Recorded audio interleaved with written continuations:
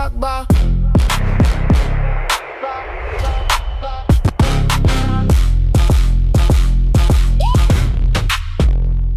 What's good, y'all? Welcome to another episode of Let's Talk Ball. I am one of your hosts, Troy Duchesne, and to my right, it's your boy, your favorite comic, Sean Favorite, Wazam. And all the way on the end, Jamon Darius, the ever so nefarious. Man, stop playing. And we got a special guest in the building all the way from Dade County, Florida. But I live on the East Bank now. But she live on the East Bank. Gentilly to be exact, man. In the building. One of New Orleans' finest comedians. Yeah, Let's make some noise for the one and only Shep Kelly. Yeah, for real. That's who I is. They call me the bona fide butch bitch of New Orleans. The bona fide butch bitch. We call him as 5 doors. How many houses you got? Triple B's. Listen, I just be going places and cutting the grass. No, fuck all that. Some of y'all Niggas pay. have to be going places cutting the grass. I just be going places and cutting the grass. Some of y'all pay rent to Shep. You don't know it. You a landlord? Absolutely. Hey, you Absolutely. seen that the landlord got caught fucking inside that lady house? I did hear about You that. heard Nigga about said that? it's his house. Yeah. Hey, you know what I would have been worried about? Like you know, sometimes you get wild fucking and all that other shit. And I got hardwood floors in both my houses, and I would have been like, damn, if I fuck up this floor, do I charge them the security deposit, or is it on me? That's what I would. I would It's like going to the same place. right. Yo, imagine fucking some shit up in somebody's house, and then when they call you, you just in that bitch looking at it like, how the fuck you did this? Exactly. Listen, I'm telling you, I'm just a veteran. I'm just a veteran. I'm actually a lot of things. I'm a comedian. I work in tech. I'm a veteran. A working comedian. Yeah, a working comedian. Yeah, We're gonna touch that. No, let's get the list out, but we're gonna touch that. A whole lot of things. I'm co-parenting. I'm raising a baby that's not mine on paper, but can't tell her that. A step You know what I'm butch. saying? Yeah, a The step dad butch. that stepped up. Exactly. Absolutely. So it's amazing. I ain't got no paperwork on this little girl. I just be taking her everywhere, just riding Just around, doing it for the love. Amber alerting For the love of the game. For the love of the game, What you for mean real. where we at? We outside. Like, okay, let me go ahead and tell you before you get me locked up. But no, it's amazing. Matter of fact, baby girl graduates from kindergarten Hell yeah. tomorrow. Shout out to baby Yeah. girl. Yeah. She on Shout out to them babies graduating. Yeah, for sure, Shout out to man. everybody graduating. Y'all probably not old enough to watch this episode, but shout out to your y'all, children man. if y'all graduated. For sure. I didn't even know you could graduate from kindergarten. I Yeah. just thought that's what they could see if they're gonna put you in a special class or not. Nah, my You know baby what I'm saying? graduated from kindergarten on Friday. What? Yeah. I She think they first just grade? She going to first grade? Oh, from preschool. My bad. See, From what preschool. I'm about to say, what the fuck? This nigga didn't graduate from kindergarten. This is why he said it. No, I'm just playing. No, public school is amazing. Helps out a lot. Helps you know what? I think public school helps you with life skills. Why you you know what say I'm that? saying? Because like you didn't know what that school lunch was all the time, but you tried it anyway. They You still what I'm don't know saying? what it is. Yeah, we still don't know what it is, but we still living. And then you don't know this, but like years later when you get locked up, same meat. Same meat from, see what I'm saying? Life skills. That shit Life prepare you for skills. work, because I don't be knowing what they be having at work all the time. But Telling you. I developed that skill. Absolutely. I will eat chili mac off anybody's plate. I don't know why. It's wild. I'm telling you. So, hey, what year that was they stopped doing the chocolate milk in the bag? I ain't never even had I'm about to that. say That I must be didn't a- never had chocolate milk in the bag. I was, You- did you go to you school had on the that? West Bank? It might be a No, West Bank school thing. no, because when I evacuated, they had it out there too. I've Don't do never that. had- You ever had the chocolate milk in I the have bag? never had colostomy bag milk. I've never had. Hey, Colostomy no, bag. man, no, fuck all that. say you had colostomy bag milk? Clip this, post this. Y'all remember the chocolate? You used to have to stab it with the little, yellow. you had to shank your bag of You milk. had to shake your bag of milk No way. with the little yellow straw, and then Nigga- sometimes you do it too hard and it go all the way through the other side. Nigga got Capri Sun milk. Yeah. Capri milk. That's crazy. I feel like they was another life skill. And if you ever get a colostomy bag, don't poke it too hard. The straw will go through the other side of a colostomy bag, just in case you get shot in the I'm gonna water. show y'all the picture after we done with this. Anyways, go ahead. Colostomy bag milk. So Shep, how long have you been a working comedian? Oh man, well I'm gonna tell you like right now. The first time I've been doing comedy 16 years, 17 in September, but the first time I got paid, it had to be probably 3 weeks into my comedy career, which technically makes me a working comedian. However, Right. I think that the wages for comedy and art and all that stuff suck. I think that they suck. So I don't even know that I count that. So if the IRS or anybody who does taxes or anything like that is listening, I don't make no money. Right. I don't make no money. 16 years, I don't make no money because it ends up going back into expenses. You got to buy clothes. My jeans cost more than they pay me at shows sometimes. Saying, don't let you get paid in cash. You using that cash to get you a drink that night. Absolutely. I'm trying to tell you, Jesus Absolutely. Christ. And I Uber everywhere. You know what I'm saying? I Uber everywhere. The Ubers alone, I'm like, well, I'm going to come do the show and probably going to, break even or make about $10, $12 after my Uber here and my Uber back home, plus what you paying. And then they got the nerve to be late with the money. It don't even be no money, and they be late with the money. Listen, I just treat it like Christmas. When I get a Venmo, I'll be like, "Ooh, look, it's a present." You shouldn't have. Niggas, how you taught it with $25? You know what I'm I've saying? seen it, nigga. Yeah, I've seen- I'm gonna pay it next week for 20. What the what? Absolutely, and they be like, "Wait to the club, cut the check, a check. Who's cutting a check? Nobody's taking checks. That's crazy." But hey, you do what you do. Definitely never take, any. I'm gonna drop a bunch of tips throughout the show, but I'm gonna just say this: never take a check if you doing a show out of town. Definitely don't. Try not to take checks at all. But if you out of town, there's no way. Depends on who it is. I did it because I did a Live Nation. Live Nation gave me a check. Yeah, they pretty solidified. I feel like you can get a good legal team against them. You know what I'm saying? But like, if you just if somebody doing a show, and Don't take a check from Tyrone From now. a regular, regular person. I'm saying if it's an established place, then but like Yeah. rank dink nigga, Yeah. That's why I can't wait till we get to that point where like we could just put the Shep counter over her head for like her Shep's tips, and they just keep going up, bing, For bing, sure. throughout the show. I got For plenty sure. of tips. I've learned more through comedy than any schooling, any military experience, any life experience, any relationships. Comedy taught me a lot about regular life. You know what I'm saying? How you got started in comedy? Oh, amazing story here. So I You said y'all gonna love this one. y'all gonna love it. So after the military, so I'm about 25, 26 years old, and Hold on, I'm sorry to cut you off. Can you talk about the military first before? Like, what made you join the military? Okay, that's a whole another story. None of that shit's funny, but I'm gonna tell you exactly how I joined the military. And I know right now we're going through in the world as far as wars and all this stuff. We're just getting thrown into stuff. These are things you absolutely have to consider. So, me joining the military was an absolute desperation move.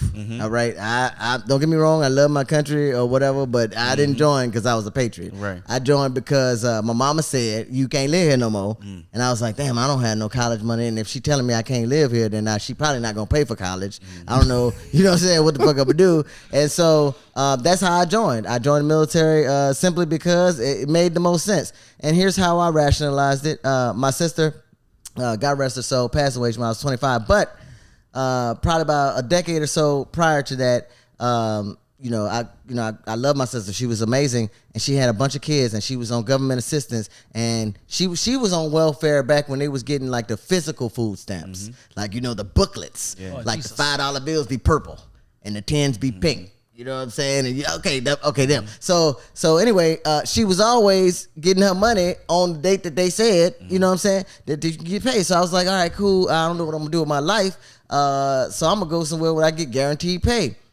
I don't want to get on welfare, but I think the government pay on time, and that's and that's exactly Up until just recently. yeah, up until I know that right there broke my heart. Like I literally had a whole PTSD episode. Like you trying to tell me that they stopped food stamps and military pay because of a government shutdown after all we do for this country? I came to the West Bank for this shit. That's what and I'm they saying. All the way to the West Bank. I blame everything on the West Bank. So they didn't even have to recruit you. You just was like, I'm. Oh yeah, I was ready. But thankfully, and here's a couple of Shep tips. There's a couple of things that absolutely need to be prioritized when you're making your decision to join. In case anybody out there is thinking about joining the military, I'm no recruiter. I just happen to get lucky enough to have a recruiter that had just gotten saved 60 days before we met.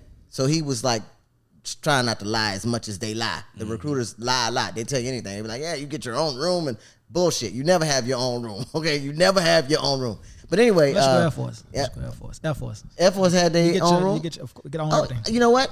get I on believe you. I believe you because Air Force gets paid slower. They get promoted slower, and so they take that money where that they not paying the people. And they be like, "Come here, let me put you in this nice apartment." You know what I'm saying? I'm trying to figure out which branch was giving everybody them damn charges and challenges. What you mean? Every Them nigga, cars. every nigga came back from the I think military it was when got a Army. charger. Yeah, it probably was Army for them sure. Air Force, they be trying to get too, but What you mean, like people was getting in trouble? That, No, No, like Charger, the Chargers. car, The a Dodge Chargers, Charger. yeah. Them Chargers and them Challengers. Chargers.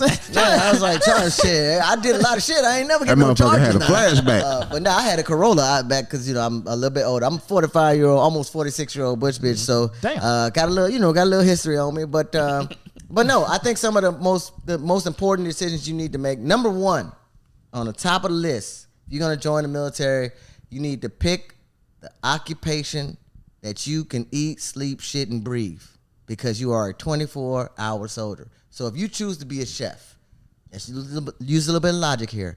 You cooking for hundreds of soldiers every day. That's breakfast, lunch, and dinner. What's the easiest thing to spread and make last? Eggs. You're going to have eggs in your hair, all in your shirt, in your bed. You're going to smell eggs the entire time. You feeding this vats and vats of eggs. You're not going to be no culinary Gordon Ramsay ass chef. All right? So you need to make sure that that's what you want to do. You want to be a short order cook for the rest of, your life in this. And also pick something that you can do when you get out the military in case, you don't become a lifer, right?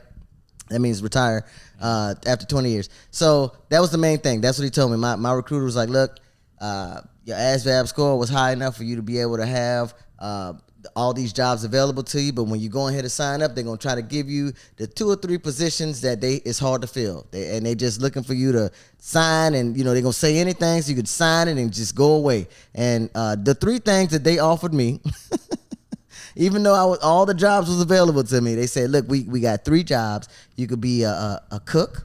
And I was like, nah, bitch. It was like, you could be a petroleum supply specialist. See, they start using big words to confuse your ass. That mean in English. A gas station attendant. Okay. I didn't have no prefrontal cortex. That's another thing. Hardly anybody that joins the age range, you don't have no prefrontal cortex, so you're not even thinking about like how it's gonna affect your life. So that's why they use these quick words and shit. And then the other one was a tank turd mechanic. That's the turd is the thing that goes around the wheels of the tank, right? And so if you a tank turd mechanic, you can only do this job in the military. Only. And you go into a war zone because where the fuck is the tank at? You know what I'm saying? Like, unless you talking about the no limit soldier tank, ain't no other tanks over here. Yo, right? I'm weak. I'm so serious. And so that was one of the main things. But I ended up taking a job in military intelligence because of my little test scores. And mind you, I'm from Dade County. Yep, Trick Daddy, Trina, Uncle Went to Lou. school with Rick Ross. Absolutely. He was just Willie, but you know what I'm saying? He was still fat. In 7th grade, fat boy. And so, I mean, it was just, Miami's a fast moving city, and it's a lot was going on. We watched on the daily local news, they threw Haitians back in the water and let the Cubans in. Like, we didn't know how to process that. You pretty much got to have like two to three languages in order to just navigate your way around Miami. Like, even if you're at the bus stop, you're like, hey, what time the bus coming? Okay? Bitch. I'm just trying to say, I know you be out here. What time do the bus come? Right. You don't know say. You know what I'm saying? It's like, you better know what the fuck is going on. And so, that being said, my military intelligence, job pick, it was an amazing situation. But then I got exposed to we would call it the quote unquote real America. Lots of big letter agencies, and I was working with people and running into people, and I'm just like, I know you fucking lying. Like, that's the Secretary of Defense right there. This is crazy. And they're like, okay, but what what'd you pick up today? What was the And I'm just like, oh my God, this is crazy. I can't tell nobody in my family about this job because they're gonna think I'm lying. Right. You know what I'm saying? They're gonna think I'm lying. Anything I tell my people about this job, like, hey ma, I had to I had to get a security clearance, and I work at one of these big letter agencies, She gonna be like, yeah, bitch, so where you work for real? You know what I'm saying? Because that's not a real job. Like, that's how we understand it. So it was a very good decision. Thankful for my recruiter and the 8 years I did in the military. The only thing that sucked about my military career was I joined during the don't ask, don't tell era. So I got to pretend, looking like this, I ain't even gay. You know what I'm saying? Like, it don't matter if I'm not talking to no bitches, I ain't looking nobody in the eyes. They like, you sure? You know what I'm saying? Don't ask me nothing. That's the part that saved my career. Honorable discharge here. So it was great. And so when I got out the military, I moved into you had something you wanted to say because you just talk like that. You just be moving I heard your lips move. Anyway, I don't know what it's called. The I mics did. are good. I The did. microphones. I did. That's the funny part. She heard a pre-thought form on my lips, but I'm like, I'm gonna let her run it. Yeah. I didn't forgot what it was. No. She It's too threw me crazy. off that she heard that. I'm telling. I hear everything. So like a lot of my military job involved me wearing headphones and hearing very very faint. Oh, she the little FBI meme that they be putting in the comment section. In the phones. It was great. I had to learn Morse code, like really like learn Morse code, like really fast Morse code, which fucked me up because I watched what's that movie Will Smith was in? I think it's called Enemy of the State. Enemy of the State, and all this stuff started going on. I'm in the theater watching shit like, God damn, you know what I'm saying? That's the building for real. My God, they're crazy. These Hollywood people got real access, and then they start playing Morse code and talking about the Russians said that they not playing with your fucking ass, and I'm like, that's not what the fuck they said. I know Morse code. This bullshit, and I was like, okay, I'm PTSD. All right, so. Nah, jobs will ruin your what you call them for you like that. Like when you know too much. Fucking Neil deGrasse Tyson was talking about that. He's like, knowing so much about physics, it's hard for me to watch action movies because the physics be wrong a lot of times, and it's not their fault. That's a lot to know. Use a movie director, Right. or a stunt coordinator, or a stunt man. Yeah. And you know enough for it to look real and people to go, God damn. Yeah. But like me as a physicist, it's like, no. And it's like, it's not them people's fault. It's my fault for knowing this much, but it just kind of pulled me out the movie sometimes. That's real. That's how I look at lesbian porn. I'll be like, this is this is not what the fuck happens between two women. Like, this That's is not why. real? Absolutely not. Yo, what the fuck? Absolutely. I'm like, what the fuck going? Now Okay, she gonna so- have me questioning my lesbian porn when I'm I'm trying watching to it. tell I'm you, like, all this of shit it probably is not fake. even right. Listen, lesbian porn, in my opinion, was the first AI. Before AI, I was like, so y'all just gonna let these niggas believe? If it make you feel better, the regular porn ain't right either. Fuck. This not how that shit go. Hey, you know what I'm saying? And that's crazy because that's where I get instruction from. Because you know what I'm The saying? regular porn. Like, I don't have straight That's why a sex. nigga can't get their bitch back from no stud right there. I'm like, so they like them this big? Okay, cool. They got them in the store. So how you got into comedy? Oh, okay. So Thinking like fucking that. Now, what actually happened, I was just talking to one of my first comedy mentors today, Lawrence Owens. Shout out to him. But so how I started in comedy was I got out the military and I found myself bored. Like, cause in the military, there's a lot of different experiences you have when you travel overseas and all that stuff. You do all the most drinking, the most partying, any dumb idea, we do all that shit. So it's hard to really entertain us for real. You know what I'm saying? You get out the military and people are like, yeah, we gonna go to this club and T.I. gonna be there and it's $40 to get in and $25 to park. And I was like, and is the nigga gonna be doing gymnastics or something? Because I got all his albums already. I know what he gonna say. You know what I'm saying? Like, I'm not gonna be impressed. And so I was like, there's got to be a better way for me to spend my time at between, I think I said like between 26, 27, 28 years old, just flat out bored with life. So now let me precursor this. In school, grade school and all that other shit, I did get in trouble for having the class clown effect and ADHD and all that other shit, but I also had an immigrant mother, so I suppressed a lot of that shit, you know what I'm saying? As a matter of fact, my life got serious when I turned 9 years old because my mama sat me and my sisters at the table, and she said, I just want to let y'all know, when y'all turn 18, y'all got to move. So I started job searching then. I was 9 years old, like, what the fuck I'm going to do? My life, I gotta get out of here. I gotta get out of here in 9 years. Well, you had. I was about to say you had a decade. I'm about You to say, at least she gave you a pressing. head start. You Nigga should- turned 18. My mom was like, yeah, you can't stay here. What the fuck? I ain't know nothing about job searching. The internet wasn't up like that. I'm looking at the newspapers like, so they won't, in the classifieds, like, so they want us to, okay, so we got to learn, definitely got to know how to type.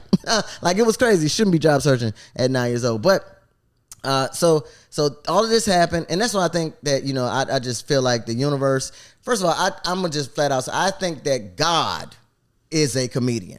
Because the way that stuff happens, you ever notice, since just break text for a second, you ever notice, as a comedian, you'll be standing somewhere regular, doing something regular, and the most hilarious shit just happens. Nah, For You know what facts. I'm saying? Like, tell them about using the gas station earlier. Oh shit, that was fucking Absolutely, you hilarious. standing there doing regular gas Boom. station shit. I'm stopping to get my Red Bull and my Topo Chico because I can't drink.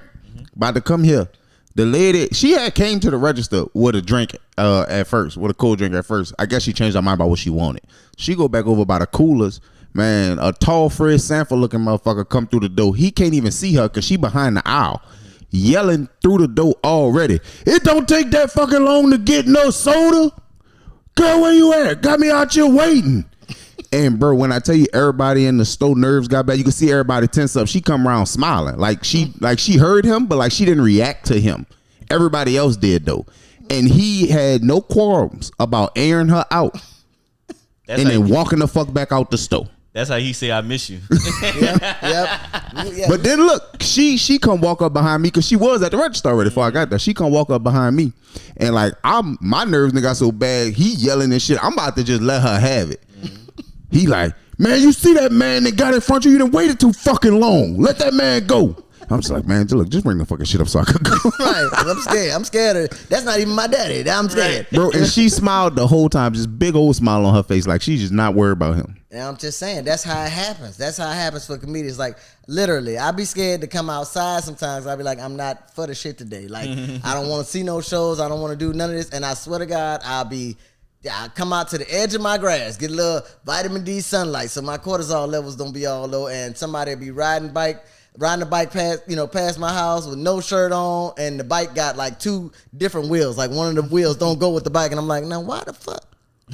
I'm going back inside. This is nope, not doing this. That's today. The start. That's how it starts. As soon as you leave, some real shit gonna happen. I'm telling you, they say you attract who you are, and apparently I must be crazy because I see crazy shit all the time just randomly. Okay, so how I started comedy. All right, so that's what it was. I was bored.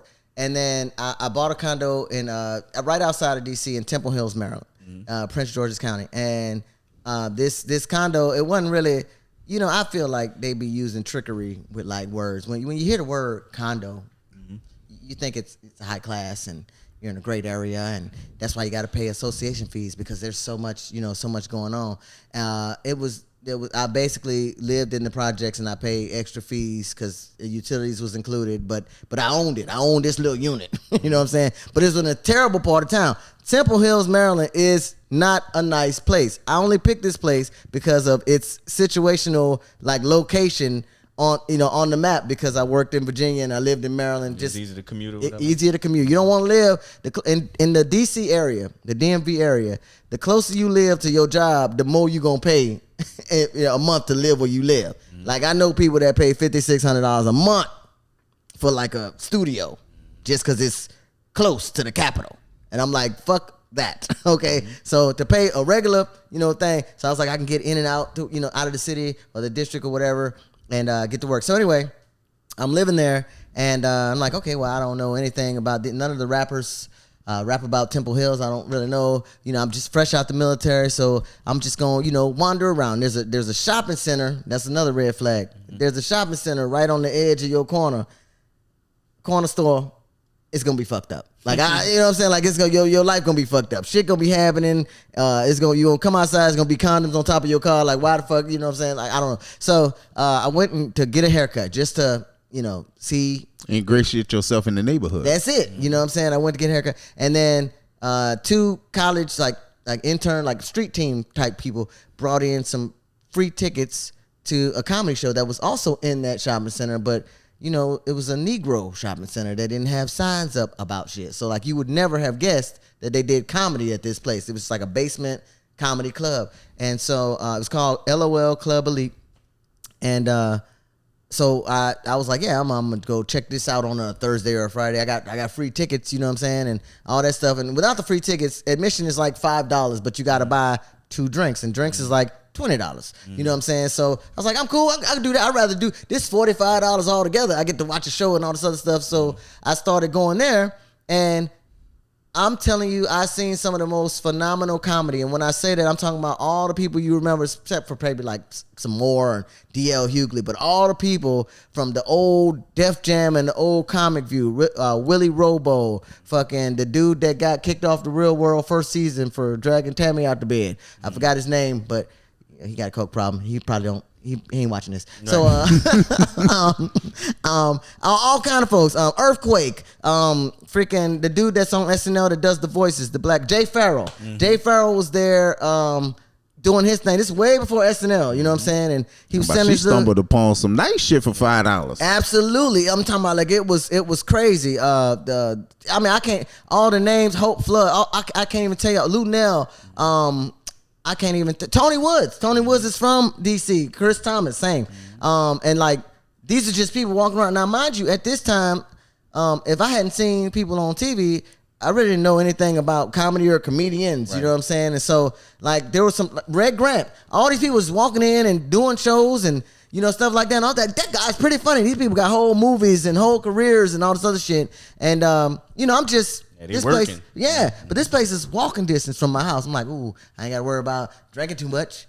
I ain't crashing my car, getting a DUI. I'm literally walking around the back of the shopping center and going my development. And so, all this is happening.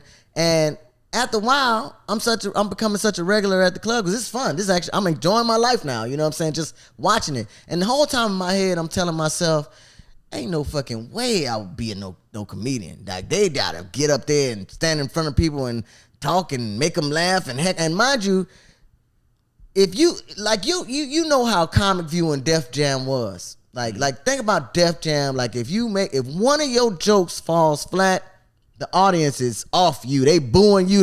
It was like that in that motherfucker. Like it was crazy. Like wasn't no Sandman. It would just be like, nigga, your career is over. You know what I'm saying? Like it would just be like that. And so I was like, ain't no fucking way I would ever try comedy. It's crazy. Like they cool to hang out with, smoke and joke with outside, in the front. But ain't no fucking way I would ever try no shit like that. And so I had grown my hair out and had like hair long enough to get cornrows.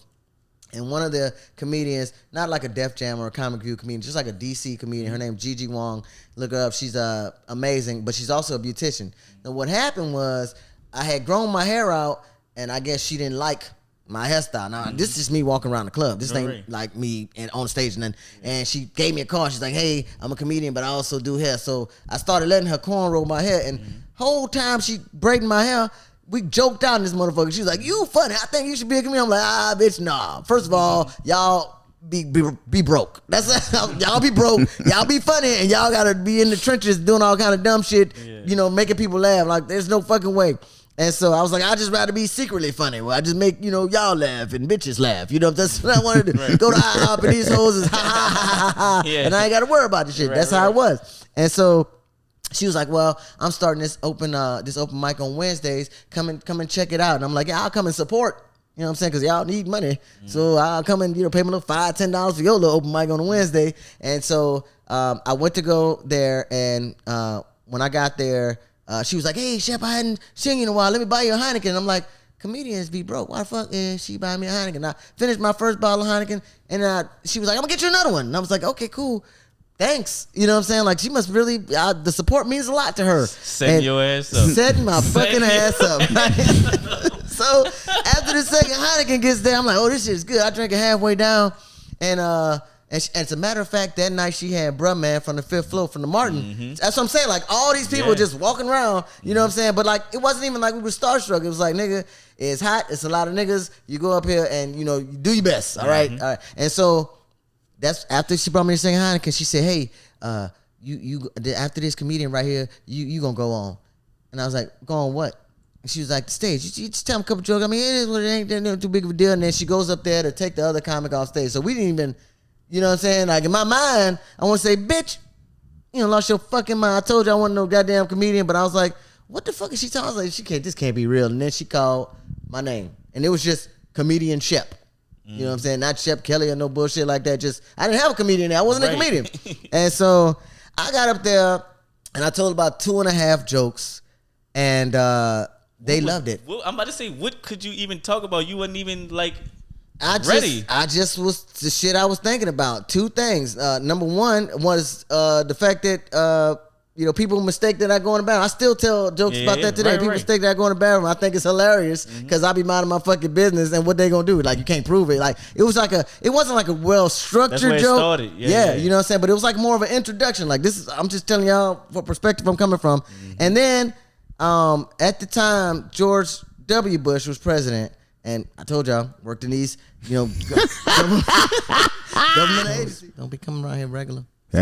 Tell them hoes don't be coming around here regular. That's a message from our our guest of the day. But yeah, like you were saying, man, how, like Your first time on stage. your first time on stage. Yeah, so she tricked me with 2 Heinekens. She picked me right on to the stage, and my first joke, you know, it's like I said, it's still kind of an introductory joke that I tell to this day, where, you know, because I know like women can't tell that I'm a woman going into the women's room. You know what I'm saying? And locker rooms are even worse. I go to the gym all the time, and he's supposed to be hopping out the shower, and I'll be like, Good game. Yeah, you know what I'm saying?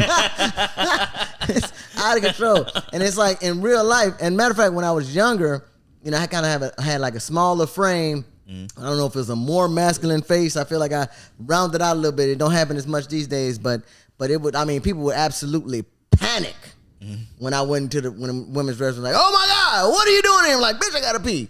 You know what I'm saying? Like, I don't know what's going on. But and that was one of my first jokes. And so when I told that joke, all the niggas in like I say, this is a nigga situation. Like it's funny, but it's like it's an absolutely urban, you know, situation. And these niggas lean back like you know what I'm saying, like, nigga, did that nigga just say he was a bitch? Like it was like a weird thing. And then my second joke, you know what I'm saying, like I said, I told about 2.5 jokes. I didn't know anything about timing. I think you're supposed to get like 3 minutes, and probably was running the time. But my second joke, like I said, at the time, George W. Bush was the president, and here I am around all these political, you know, DC government people all day long, and something had been burning in my soul that I wanted to talk about, but I just didn't have, you know, nobody to talk to about it. You know what I'm saying? That's another thing. God bless the mic. You know what I'm saying? That we can actually talk about things that we don't get a chance to talk about, but, you know, add humor to it. Yep. And so at that time, the housing bubble had burst. I think that we was at another war, and people had to come back from retirement to go back to work because shit got so bad. Like, white people was on TV crying. That's how I knew it was serious. Like, niggas been broke the whole time. Right. You know what I'm saying? Like, if I retire and I got to go back to work a year later, it's like, nigga, we niggas. You do what you got to do. You got to do what you got to do. Absolutely. But when white folks on TV crying, that was scary to me. It was, I was watching a scary movie, like, oh my God.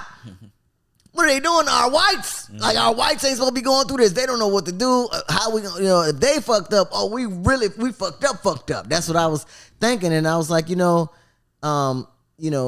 what I noticed just kind of like in my social circles, you know, I guess the comedy club circles, a lot of people, you know, like in their mid to late 30s and 40s still live with their mamas.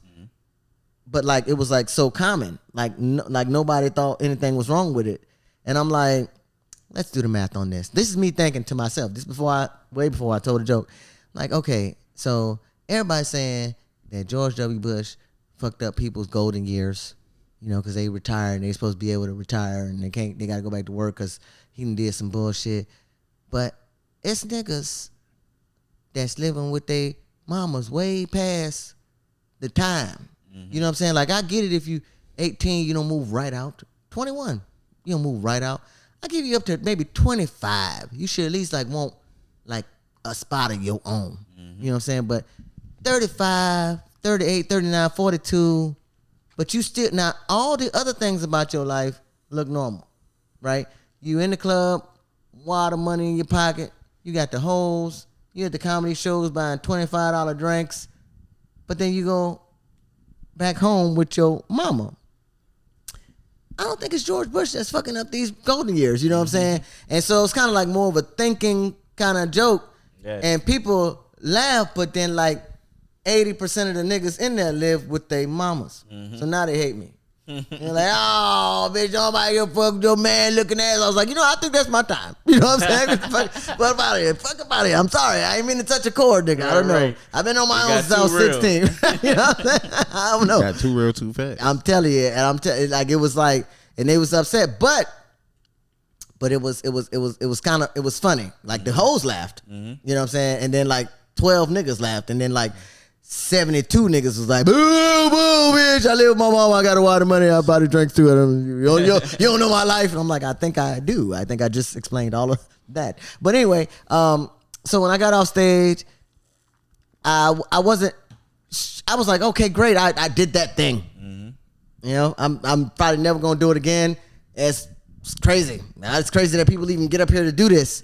And I went outside to smoke a cigarette, and this lady walked up to me. She was like, "Hey, I have a show that I produce in DC every Saturday night. It's a paid show. I want you to do my show." And I was like, "What?" And I got booked. Getting paid off the first open mic. I'm trying to tell you, I got booked, but it was trick bag. Yeah. Trick bag. There's so many, there's so many people who are excited about the fact that comedians be excited to do shit. You know what I'm saying? Because it's like we could tell you anything. If I'm like, hey, like say for instance, I know none of you, and I'm like, hey, you guys are pretty funny. Hey, I got this spot in Gentilly that I'm doing a show, and I got $100 a piece for each one of you. You know what I'm saying? We can go on and get this money. We got this show, but I know nothing about promoting comedy. I know this is a personal house party for me and like all my friends that do coke. Y'all don't know any of this. Y'all like, man, we gonna be there together. We gonna make these people laugh. We gonna go ahead and go. And then you get there and people got it's dildos all across the floor and the cocaine on all the counters. You're like, what the fuck?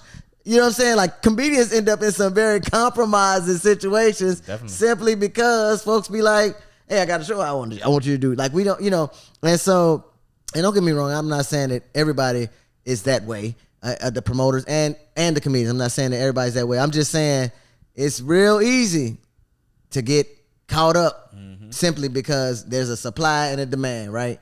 And so that's why I'm thankful for like being in the game this long and like knowing people and being able to make a phone call. So like if somebody says, hey, I want you to do this show in Houston, I got somebody can call in Houston and go, do you know this guy? He said he got a comedy club right outside of Houston. It's like an hour outside, and his name's Sylvester, and he's doing. A motherfucker would tell you like, nah, that nigga, he done been charged with rape 17 times. You don't want to, you know what I'm saying? Like for real, weird story. It's not funny. It's funny, but it's not funny. But I had a work conference, an IT conference to go to in Vegas. It's 2010, I believe. And job paid for the hotels and all this other shit. And then I was like, well, since I'm going to Vegas, let me talk to this one comedian out of DC that I know used to live in Vegas and see, if he know anybody over there. And so I talked to him, and he's like, yeah, I got all these people that I could put you down with. Go ahead and follow him on Facebook and tell him you coming to Vegas. And I'm like, bet. So I'm gonna go to Vegas and I'm gonna have a couple shows to do, outside of this conference. And so at the time. My Facebook profile picture was a picture of me and my girlfriend at the time. You know what I'm saying? We were kind of just like hugged up. It was like a selfie or something, and that was the profile picture. So I get to Vegas, and this guy, he was running an open mic or something like that, and he's a friend of the comedian that lives in DC that had lived in Vegas for a while. And so I get there, I'm all time and everything, and I'm like, hey, what's going on? I'm Shep. I came from the DC area, do the show. We talked on social media and everything. He's like, oh shit, you Shep? I said, yeah. He said, I thought you was the other girl. I was gonna try to fuck her. I'm like, damn, I'm glad I wasn't the other girl. Because what the fuck would she be walking into? Right. You understand what I'm saying? Like it was a wild situation, but and all this for an open mic? My nigga, bad. This ain't even a paid show. That delivery was good. No, but it's a very it was real. funny. It's real. Cause I was like, first of all, this nigga Snaggletooth. Nigga, what kind of pool? It's this open mic. You Snaggletooth, and you looked at a Facebook profile pic and thought, oh yeah, got me one. My thing is like, I'm pretty sure that gets thought more, but like, why would you say that out loud? Right, because a person you don't even know. Because here's the thing, somebody you don't even fucking know. And that's another little. It's not a complex. That's I would say situationally. That's another thing that happens with me, right? Because I'm like one of the homies. You know what I'm saying? I got a lot of guy friends, comedians and non-comedians that tell me shit sometimes, and I'd be like, I think you forgot that I'm not a nigga. I think you forgot that I'm not a nigga. Like, why would you tell me that this shit happened? Why would you? Like, it's like, I mean, there's so many different variations of stories, and I just be like, I think the nigga had a lapse in memory. I think he forgot that I'm a whole bitch with bitch ears and bitch thoughts and bitch emotions. You know what I'm saying? Like telling the other bitch. Right. You know what I'm saying? Like, it's like you know what I'm saying? I wouldn't tell none of these hoes this, but Shep, check this out. I'm like, nigga said, Shep a girl's girl. Shep a girl's girl in these streets. At the end of the day, she's a girl's girl. That's a girl's girl. I just look like this, but I'm a girl's girl, nigga. Well, good on you. I'm telling you. And I be like, it'd be so wild. Like, oh man, okay, and I end up in like situations I shouldn't even be in because of my appearance. Like, you know what I'm saying? And also too, I ain't gonna hold you. I keep it real with everybody. You know what I'm saying? And I mean in all of the ways. I'm a Gemini, so when I say keep it real, I don't mean like, you know, we talking straight up 100% A+ business all the time. If I think you ain't shit, I'm gonna say that too. Like that's exactly, you know, just who I am and how I am. So I remember one time, very famous comedian came to DC to do a show, right? And he liked one of the girls that he saw at the club, but he didn't have no car, and you know, Uber wasn't out then, and all that other stuff, and he wanted to take the girl to a hotel or something like that. And so I was like, okay, cool, you know what I'm saying? You know, he's like, can you drop us off at the, you know what I'm saying, at this? It actually wasn't a hotel; it was like a house, but like I don't think the lights was on, and you know, I don't know. And so I was like, okay, well, I'll drop you off on my way home or whatever. And so I get to the place, and he was like, can you just hold up for a few minutes? Right? So he takes the girl in the house. Now, I know this girl. Matter of fact, I used to talk to her sister. You know what I'm saying? So I didn't even, you know what I'm saying? Now, mind you, nothing rapey happened. Right. Let me just start there because I know it sounds like we're going down this road, right? But nothing rapey happened. Everything was all consensual. And then, you know, about 7-8 minutes later, she comes back out the house. And she sits in the car. She was like, hey, can we go to CVS right quick? I need to get a Plan B pill. And I was like, you fucked him raw? She was like, no, he brought a Magnum condom and it slid the fuck off because he don't have a Magnum dick. And I was like, okay, so now we're going to CVS. Like, I just wanted to, like, the show was over. I was trying to do a favor. You know what I'm saying? I'm like, I'm dropped this thing off, but then he said hold up. So I was holding up thinking he needed Nigga got caught holding up.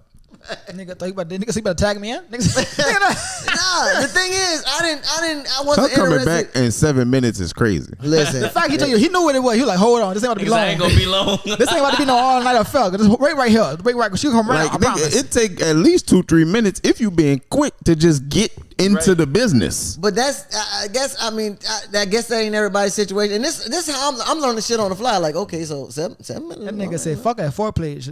Bend over right quick. Right, like, but whole time he treated me like one of the homies. This is not some shit you would expose to like a feminine woman in your life. Like, you know what I'm saying? Like, if this was like your homegirl, like, you know, all that, it'd be like, nah, I was gonna try to go do this other shit, but she here, so I don't want to see all this. Exactly. Nah, he like, nah, you one of the niggas, so you could just go ahead and hold up for a second. I'll be right back. I try to handle it. Nigga took us to a trap house and said, "Hold on one second." I have no idea. I don't know if that nigga broke into the house when we got there. I don't know anything about anything. I was just like, you know, it's one of them houses in DC where it's just like high up on the hill. Like you walk up a long driveway, so like the front door is not visible to the street. You know what I'm saying? And so I was like, That's a long walk down. Yeah, it is. It's she. The thing is, and that's another thing I learned. Like, she wasn't even acting like she was dissatisfied. She was just like, yeah, a thing happened. I need to go to CVS, you know. And I was like, really? And now I'm learning all kinds of shit. I'm like, so how much are Plan B pills? Yeah, like $50. That's it. $50. That's it. That's it. Yeah. That's it. That's it. Fucking boy. Hey, that's crazy. They've been $50 for the longest, but my perception of them, they went from being pretty expensive to all right. Because I got my first Plan B. I brought my first Plan B in high school. $50 was a lot to come up with in 2011. I bought my first Plan B in college. I was used to fucking with hoes on birth control, so I ain't really near that. Never not fuck around. And none of the hoes who ain't have it, but you on birth control, right? No, what the fuck you mean? Bitch, hold on. Nigga asked that after it went down. Because she lied. At first she was like, I'm on birth control. Then we had to, like, you on birth control, right? No. But what you mean, no? So I had to go in there and I look at that prayer. She's supposed to keep lying at that point. No, she said, no, I control the birth. Let's We fucked up, though. Yeah, I ain't gonna lie. I spent that bread. I bet. Yeah. Now you got to. Sometimes I buy the Plan Bs ahead of time. I buy them before I go pick them up. So They don't get spoiled? No. Sprout. I'm gonna Plan B sprout. Nigga, They But they ain't expired like this. nigga said sprout. This eggs. Nigga, yo, well, when we used to be going to Ascenders, they used to have Plan Bs in the bathroom. They sure did. That's should. crazy.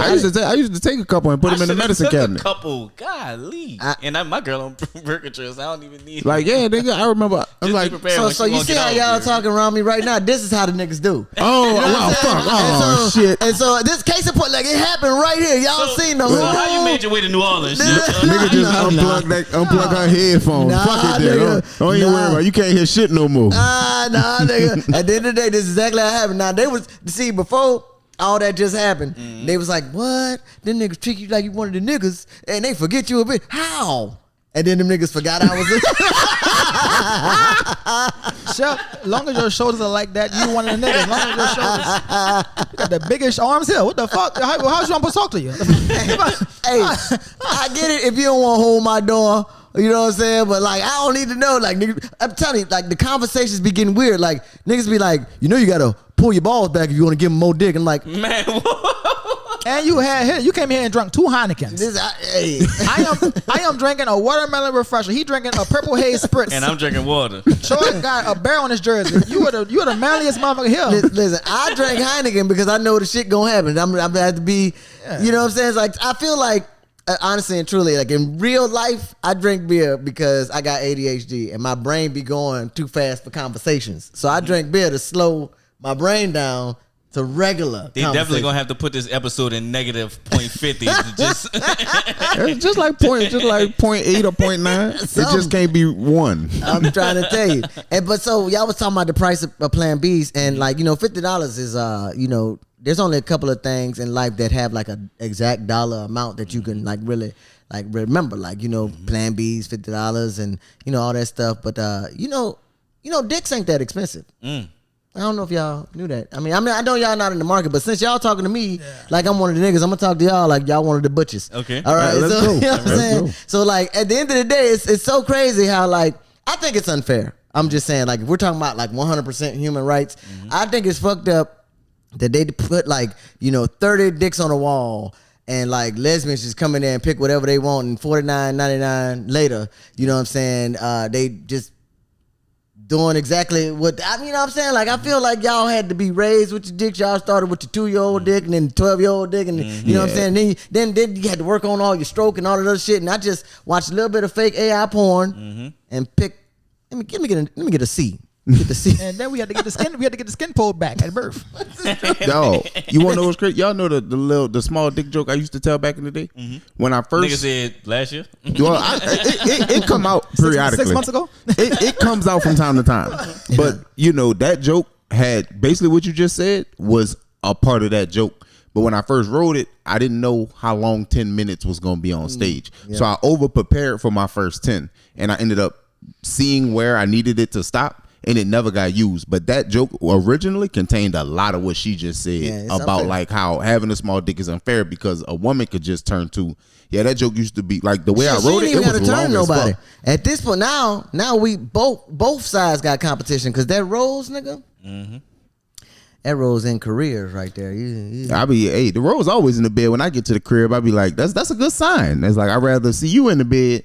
When I get there, it's like, all right, cool. Right. Then my dog. Then yeah, I feel you. I feel like them sex toys be too powerful though. I feel like you just. Nah, let it destroy that pussy. I That's came what over here I to feel cuddle. like it's doing. It's destroying it. Nigga said I came over here to. I came over here to I came over cuddle. here for a nightcap. Nigga said, Some what? wine. Nigga said, what we watching? I'm trying to tell that's you. real too. I don't think that, you know, I got a lot of homies, and like I said, they talk to me all the time. I don't think that women realize that niggas don't be wanting to fuck as bad as you think they do. Like some niggas really just be tired. Right. And work all day, you know, it's been a long week, and you know, might be raising a kid, you might be taking college classes and all kind of shit, and here you is, you know, you like, oh, won't you come over? And he like, cool, I can come chill with you, like Netflix and chill, like you took away the chill, you know what I'm saying? And you want not only for him to not chill, but for him to have Tarzan dick, like, hey, you in my house and the coffee table is clean, you better fucking deliver, nigga. You better deliver. And Fuck I think all the way that's through the house. yeah. And the whole time, I really was going over there to relax and unwind and You shit. gotta understand also, a lot of y'all aren't worth chilling with. Some of y'all is only good for the fuck. A lot of y'all, you know, cause like you said, sometimes there are some women who you want to just cuddle. You know what, shawty, you probably sleep cute. You just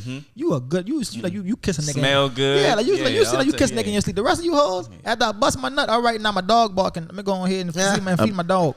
I'm about to say some nigga shit. So Okay, if you I'm don't, ready. if you want to tune out, you No, can. it's cool. But I miss that because like the older I get, the less. Because I used to only pull up on the mission. Like I remember in my 20s pulling up for the mission. Like I know why I'm here. You know why I'm here. We about to play this little cat and mouse game, this little chess match to see if I can go ahead on and work this out. You on the fence. Let's see if I could get you off the fence on this side. Now, bro, I'm rarely in that mode. I really be pulling up on some like, man, I hope this bitch don't bother me. Like she cool. We be josing. Just go get your girlfriend. Like, Just go get back in the relationship. like, bro. dog. This bitch charge of I rules. be having that complete. When I see the rose, that's why I be happy. I'm like, oh, this bitch good already. Oh yeah, Just go get you a girlfriend, bro. Don't worry. dog. That's wild. But you know what? I think that it's amazing when black men get to speak about their feelings. Okay. That's what we do on here. You know what I'm saying? Like it's not you're not going like if there's a person that is a man that you just do not know and you like, man, you all right, man? Do these hoes let you chill? You gonna be like, chill? Hell no, I don't need to chill. These hoes, look, I'm knocking them down, lining them up, knocking them down. It's all this machismo. But every now and then, a nigga be like, you know what? I do be wanting to chill sometimes. Might break You know out what and I'm saying? cry. You ask that I like how you said, you know what? Niggas start getting emotional and shit. Nigga allergies acting up all of a sudden. I'm trying to tell you, it's a wild thing, but I don't know what that is, and I ain't even mad at it. I really think that we all out here doing our shit operationally, you know, just trying to make it through because, especially as black people, with all the shit going on in the news, again, when white people scared or when they start arguing and shit, you're like, look, man, we 2 steps from slavery. Just keep going to your job, getting that check, making your deposits, fixing your credit, because they arguing right now, and we don't know what the fuck going on. So you gotta, you know, and that's the thing. That's also a thing that I love about doing stand up. Like I said, comedy has taught me more than any other experiences in my life. The best part or the best point I think in a comedy career that anybody can have is when you realize that everybody else ain't shit either. You know what I'm saying? Like comedy, all humor comes from a place of pain. All of it. It might not be like your personal pain. It might not be the most traumatic pain. But like, think about it. When we say shit like, you ever been to somebody's house and they had roaches? That is not a fun experience. Not at all. Nobody's laughing when the roach actually like Come you out. actually at somebody's house and a roach Right. comes out. But on stage, you're like, I'm gonna laugh about this shit because that was wild. You know what I'm saying? Like it was a crazy situation. And so when you realize that, and I think this comes out when you like, you know, start perfecting your jokes and get that relatability with an audience. And then like when you get off stage, motherfuckers will come up to you and tell you that the same shit or worse happened to them. And that's when you start realizing like, so we all fucked up out here. And it makes life so much easier to live. You know what I'm saying? Because at first, you know, we all individuals and shit, and you like, I'm just trying to, you know, get my bread and make sure I'm handling my shit the way that I need to handle my shit, because these niggas ain't playing with these fucking haters and these hoes, and you like, it's like you against the world. And then when you become a comedian, you be able to relate to people, and they tell you that their life is fucked up too. You like, I can actually chill. I don't have to feel like it's all, you know, me versus them or the world, you know, the world on my shoulders. Everybody is fucked up. Everybody bills due. Everybody women cheat. Everybody men cheat. You know, all kind of shit. I remember. Now, this is the thing. The only thing I hate about stand-up comedy is there'll never be no security at the club, and people really do have like free access to us, depending on your caliber. I mean, I'm pretty sure you can't just walk up on Dave Chappelle, but he does walk around freely in DC. Like he don't have no security with him. But I'm just saying, people have access to you, and so like sometimes. Yeah, people are more than just like ain't shit. They crazy. Like it's undiagnosed folks out here that be at comedy shows or just in group settings, and you can't really point it out until some weird shit happens. So I would say, not that you asked me, but the weirdest shit that ever happened to me. Oh no, you good at interviewing yourself. I ain't gonna ask. This the easiest interview we ever I sat did. back from my mic and I was like, yeah. Nigga, next time we have Shep on, we not even gonna plug our mics up. Nigga just gonna hit the button. I'm telling you, a lot of life experience. Weirdest shit that ever happened to me at a comedy show or pertaining to comedy, period. The Vegas shit was odd, but it wasn't weird like this. I was doing a show in DC at a place called RFD in Chinatown. Chinatown is a very affluent area you know what I'm saying, a lot of people come to spend a lot of money on the food because it's like authentic type, you know what I'm saying? And then this is also DC where you got like the Capitol Police, like the same people that protect the White House and things like that. So, you know, you're not fucking around. Like this ain't a place where you could just be like on Bourbon Street, you're like, hey, pull your dick out, it's all good. Like, nah, you going to jail, they're gonna treat you like a terrorist. Like, cause you blocks away from the White House and bitch, what you doing? So I'm at this place, it's packed, but they got like a big restaurant part in the front, and then they got like a patio type like open mic area. Anything could be going on back there. But Thursday nights at RFD, shout out to Ralph Cooper, in case you watch this. They got it's like comedians come there to get that. You know how some comedians feel like it's not a comedy show unless it's packed. Like to get that feeling of performing wall to wall audience, right? Mm-hmm. And so I'm doing this show, and this is, like I said, a very diverse situation. You know what I'm saying? You got whites, blacks, Asians, everybody's either broke or not, but nobody's acting broke. You know what I'm saying? Like just a lot of different lives. And so I was telling this joke about how people like, it was something about going in the bathroom or somebody mistaking me for a guy and they can't tell that I got titties, and I made this joke to where I was like, people don't understand, like there was a guy trying to holler at me once he found out I was a woman, and I was like, nigga, these are my balls, talking about my titties. Right. It was, I don't even know if it was a good joke. I don't even remember. I went after my set, I went to the bar, ordered me a beer, and I was talking to another comedian, and this lady that was just an audience member, she walked up and she was like, hey, I appreciate that joke that you were telling about your breasts and everything. And I was like, oh, okay, thanks. And I kind of brushed it off and went back to talking to him. And I'm sitting there, my hands, this hand on my side, and I got my beer in this hand, and I'm talking to him, head turned, not even looking at this lady. She had on a bubble jacket, like like the ones, like a puffer like vest jacket, mm-hmm. right? And so she had just said, thank you for telling me, because some things I went through, and I had a double mastectomy, but I blocked it out. It's loud in there, everything, and I was already talking. And before I knew it, this lady had unzipped her puffer jacket and put my hand in the area where her breast used to be.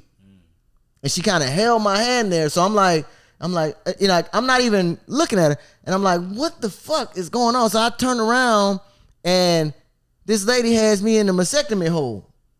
Like, my hand in her. And I was like, what the fuck? Like, you know what I'm saying? Like, it was real. It was like she put my hand in between her ass cheeks. It was like, why would you fucking, you know what I'm saying? Like, you don't know what my hand's been. Right. And it was just so strange. And like the Dade County in me wanted to backhand this bitch. But I was like, you at? Like, you literally just got to take this and, back away peacefully. Because if it looked like you arguing, like shit gets real fast over there. And I'm just like, let me close out my tab. This bitch traumatized me. I have never felt like at the end of the day, if you think about it, like I got titties, right? Yeah. And it really ain't like no chest bone behind your titties. It's caved in. Yeah. And why do I need to learn this today? Right. Like you know what I'm saying? Like it was a crazy ass. Look, she put your hand inside her body. Like no, on her shirt where her titties supposed to be. But it was like two sunken holes because it ain't because chest. It's a cavity. Yeah. And so now I'm like, is this what all bitches with breast cancer want to do to people? Like in my mind, like it's all, I got all kind of, you know what I'm saying? Like stuff going through my mind. Like, is this just a white problem? Is this shit, was it because I'm black? Was it because, like, I was just. She was white? Oh yeah, she was white, yeah. How you slept that night? I ain't touch my hands. It was like. just was on her chest the whole Nigga time. slept like this. I was like, I don't know what the fuck happened. But the thing is, like, she never took a second to think about the fact that she was just putting me in a situation that I couldn't navigate out of, period. You know what I'm saying? Yeah, well, and I do. I'm sorry. Go ahead. No, go ahead. I was gonna say white people don't think about things like that. That's what I was gonna say. White people don't give a fuck. And that's what I'm saying. It became all about race in my head. Like now I'm traumatized. You know what I'm saying? Like I know I didn't have a double mastectomy, and shout out to all the survivors and all the people. You know what I'm saying? That like I met plenty of people that had. I used to date a girl. Sorry, yeah. You good? I'm sorry.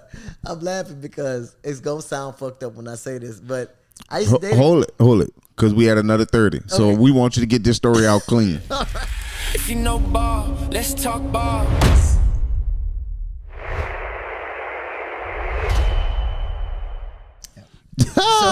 We are back. And we was dating a chick. Yeah, we was dating a chick that she was a survivor of breast cancer, and like both titties, just like the other, like the white bitch that put my hand in her cavities, and but the Let thing you get a was, feeling. right?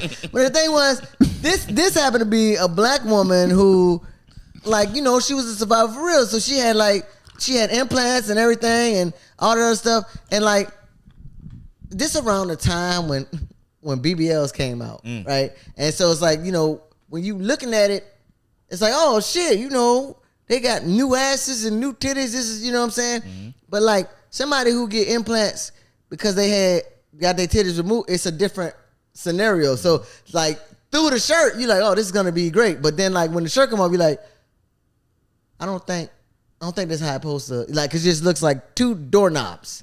Because there's no other, you know what I'm saying? But like she was cool, you know what I'm saying? I didn't have a problem with her titties, but like in my mind I was like, she probably can't feel none of this, but if I act like I can't feel it, it's probably gonna hurt her feelings. So I Y'all so both in that what you bitch. were saying. Like, I was like, these are amazing. Y'all ever dealt with like, y'all ever had some artificial titties? Like dealt with something? I've stopped dealing with a woman because she got a fake boob. You got a chance to like feel them? They're not like what you think. It take time for them to, like, the problem is I've had a pair. the problem is like at what point are you in your recovery? Brand new, your skin is stretched and it's like throwing a balloon like in the top of this mic thing. Like it's not gonna fit none of this shit, you know what I'm saying? But like you know, put on your waist trainers or your little outfits or whatever, and it looks great. But then you take it off, you're like, what's wrong with it? You know what I'm saying? Like people don't be recovering all the time. They be ready to go outside with their new titties, their new ass, and like it's not done. You gotta let that thing sit. Now the chick that I was dealing with, she was a older lady. She was still bad, like, but she was one of them things like back in the day. But she still was fine. So she been had hers. Okay, so yeah, she had them set in. The set in. And they were beautiful. But it's just the feeling of a natural titty versus that. It's just, I don't know. I couldn't stop thinking about how they feel different. They look good. They was fine. But it's just that feel. They don't have that jiggle. That jiggle, yeah. Like they move up and down. But like if you do this to a titty do this. A titty don't just go up and down. The titty move all over the place. And I just couldn't for the life of me stop thinking about it. No, it's a very real thing. Like, look, at the end of the day, I'm not body shaming nobody. Buy what you want. Like shit. At the end of the day, we could be at another war tomorrow. Bitch, do what you want with your life today. But you gotta let yourself let yourself sit. You don't pull a cake out the oven and cut it immediately. Let that bitch sit. So that all the things that's supposed to happen with it and the frosting and all that, like all of that stuff happens, and now it's good cake. But you fresh out you just came back from Miami with your tennis balls in your asshole, well, your ass cheeks. But you know, and then but I think that's a hemorrhoid. So I think that's yeah, but you know what I'm saying? When you put on your jeans and all your little shape forming fitters things, it looks great. But then if you take out, you're gonna look like Toy Story in this motherfucker. Like, you know what I mean? You know? And I just want y'all to do the part that you need to do. And that's another thing. Speaking of operations, all right. So all right. Elephant in the room. Like, you guys know me, so like y'all probably don't have like questions, but I know that there's probably gonna be people that's watching that don't know me, and like they probably wondering like, okay, so is this just a regular butch bitch or this bitch transitioning or whatever the fuck it is? So let me let me go on and clear some things up. First of all, I'm almost 46-year-old butch bitch. I'm an original gay. Okay, before that, the all the subcategories of the, you know, pans and the demis and all that stuff, all the pronoun stuff, all that, none of that shit was available for use when I came out, when I first started dating women. So I don't know this community that we in right now. On top of that, I will say this. No, I am not transitioning, and I would never. Now, no shade to the transitioning community, but two things. One, I'm black. Two, I got a black mama. Three, ain't nobody finna call me her son. That's just not happening. I'm an 80s baby, grew up in the crack 80s in Miami. It's just not happening. The other thing is, have y'all ever done the research on what it would be like to have like a FTM, so a female to male transitional surgery? No, I have not. No. All right, so Not in the market. So this is before. That's what I'm saying. And that's your fucking problem. Because on the wall at the store, they got $17.50 dick. No, so, but no. But so the thing is, it's a very, first of all, expensive and extensive surgery. This is before, they were doing these surgeries before the BBLs and before the tummy tucks and before all that other stuff. Now, with the BBLs, they get skin from your tummy and they put it in your ass, right? That's just how I go. If you're doing it the legal way, you could get some silicone drops from shots from a drag queen in Atlanta, but that's not, you're gonna be sick. You're gonna be K. Michelle in this motherfucker. So anyway, if you really do go through with it, so okay. Try not to be too weird here.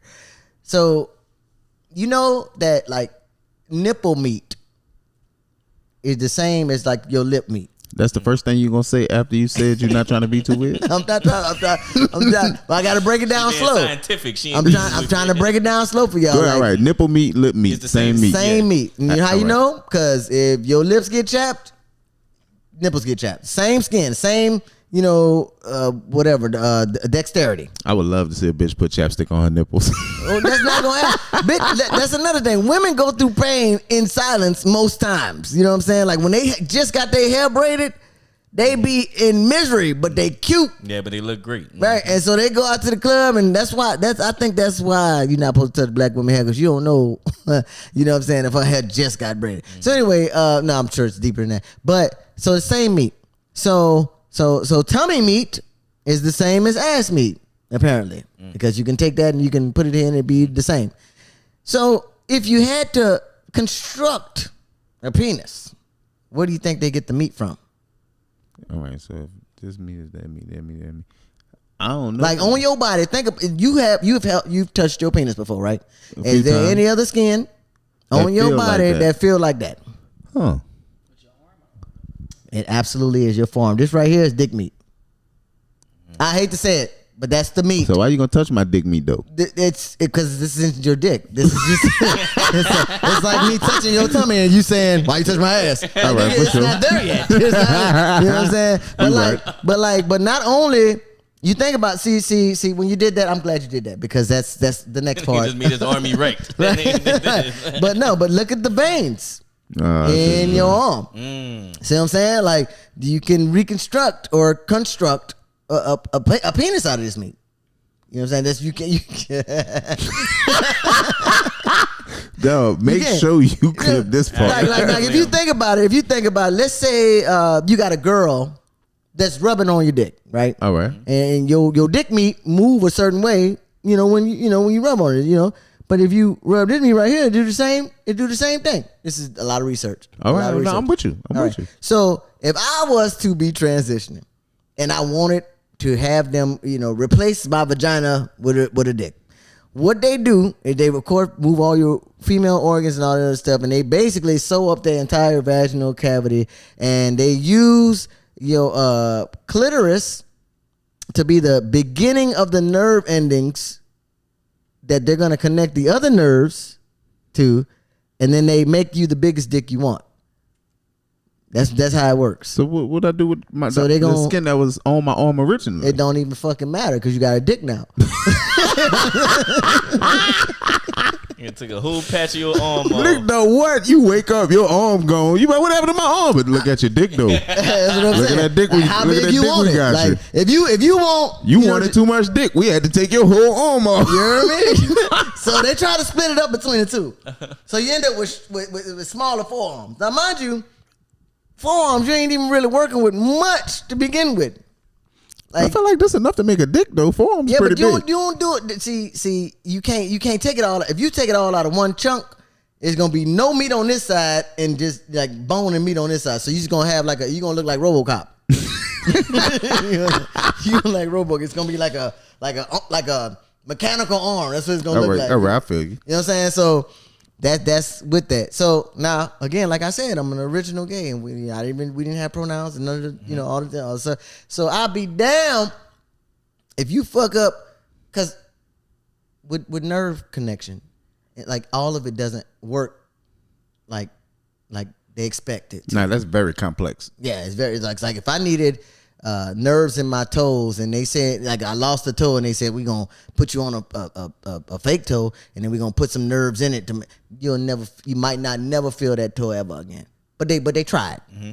So now you end up with a with a prototype. Okay, you got a prototype dick. Close enough on his face. Bro, that's why we need a camera over here, bro. That nigga everything.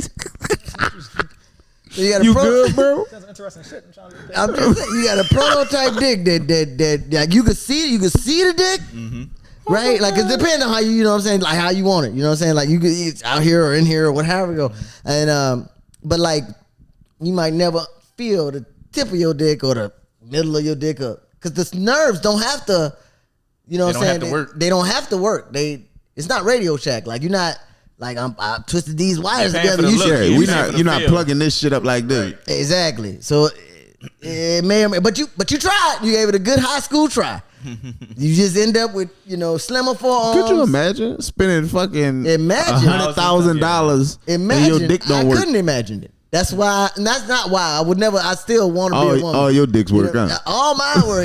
Listen, at the end of the day, it ain't even like if we're gonna go with no feeling. I ain't here for the feel. I ain't here for the feel. Right. If we gonna go with no feeling, I'm gonna just go get what I want and keep my forearms. Right. If I'm not gonna be able to feel it anyway, I'm keeping my forearms. That's a bit. Put that on the shirt. Right. Okay, Shep. So we gonna wait. Before you do that, go ahead. You gotta go male to female. Okay. Right, and so the science class. So you got a perfectly, well, I ain't gonna say perfectly working because it's not what you desire to have, but you got a perfectly functional penis. I'm assuming, right? Because we don't know what your situation was beforehand. A lot of times, before transitions happen, people do kind of a whole lot of like before I get the money up for the operation, I'm gonna do the things that I need to do. And that be, taking my hormone, my estrogen and all this other stuff. And that, I don't know how that affects.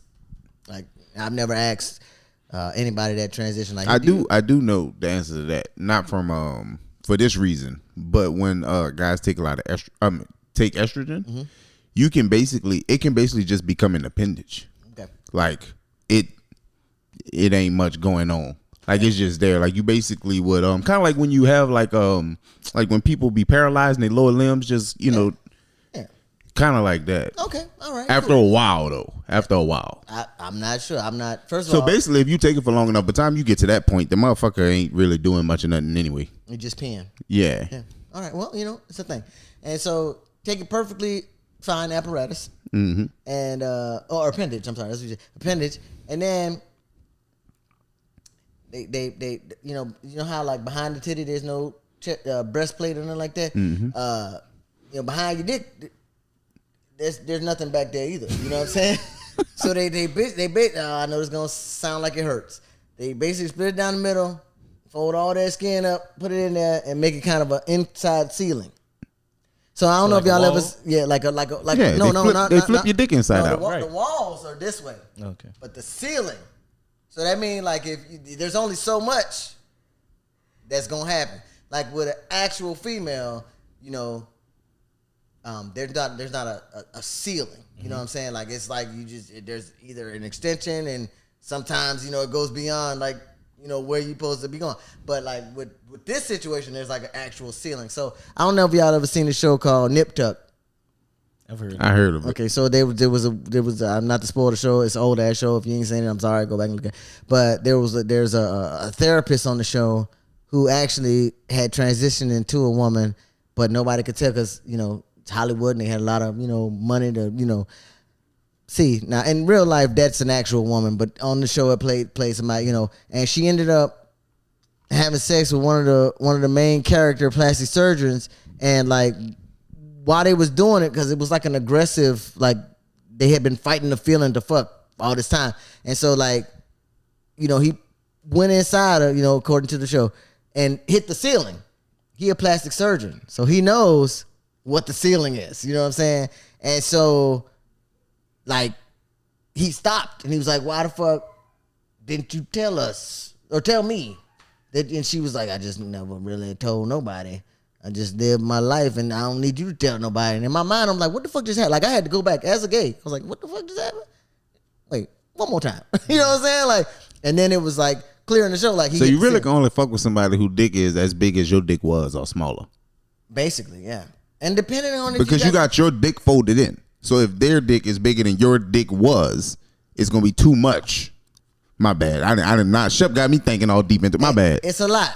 And My I don't bad. think people be thinking about I'm sorry. Shit went real left. You would think I'm drinking, bro. I'm joke deep. Man, ask Shep the fucking questions for Harry leave. We gotta get through it. But I'm just saying, all of that consideration has to go in. That being said, and gay rights are not the same as black rights, but I feel like when it comes to rights, people don't consider what the fuck other people done been through. At the end of the day, if you had to split your sausage or lose your forearms, it was a conscious decision to live the life you want to live. The last thing you need is a motherfucker who ain't had to go through none of this shit to have anything to say. Facts. And before we get out of here, we're gonna ask you we're gonna build your perfect comedian using these characteristics: delivery. Hold on, wait, Troy. Before you do that, I'm sorry. I'm not trying to interrupt. But can we just let it simmer for a second, bro? We can't just go. We need to fast forward on Bro, that we shit. can't just go from that to that. Yes, we It can. felt abrupt. Yes, we can. It felt I abrupt. built a man Yes, we and I can. built a woman. Now I'm finna build a comedian now. Yeah, That's what I'm finna do. exactly. I needed a second, We bro. just built, exactly. That was a journey. She just took me on a journey, bro. Like I needed a second. I'm Go out the ahead. car already. We about to build this last. Nigga said, drop me off. I can't wait for Seth to call me about this one. We're building the perfect comedian using delivery, comedy style, work ethic, and physicality. So starting with delivery, choose from whoever your comedians are. We're going to choose from that. Okay.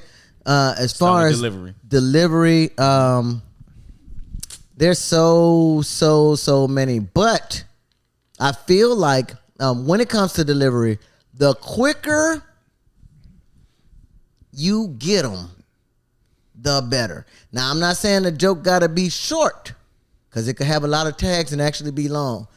But the worst thing you could do, in my opinion, as far as delivery, is have this whole long, drawn out explanation / story / situation / interruption, and then you finally get to the punch, and it wasn't worth none of that shit, or very little, 10% of it. You know what I'm saying? That's horrible. So if I had to pick someone who I saw, and like it's gonna be hard to pick just one, but I'm gonna start. I'm gonna start as far back as I can go.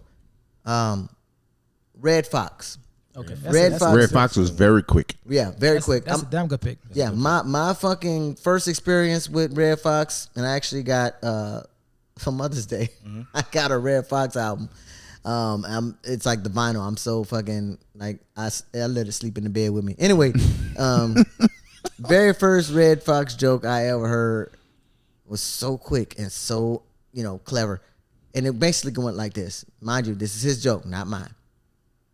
He said he came on stage after they finally sat down from all the clapping because he is who he is. And he said, they say that I cuss too much. Say people don't want to hear all that. I feel like if you don't shit, then fuck. And if you don't fuck, then shit. And I was like, I'm dead.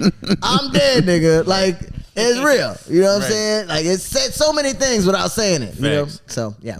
All right, comedy style. Comedy style. I actually like a lot of a variety of things. But as far as comedy style, I would say I like conversational comedy. Not in the sense where we having whole long drawn out dialogues or crowd work. I would say conversational in the sense of you. In my opinion, you shouldn't be a comedian with good comedy style should be able to make you feel like they're just talking to you, but they're really delivering jokes. One of my top picks for that, top off, fucking Dave Chappelle. Definitely. This motherfucker sits down, lights a cigarette, and be like,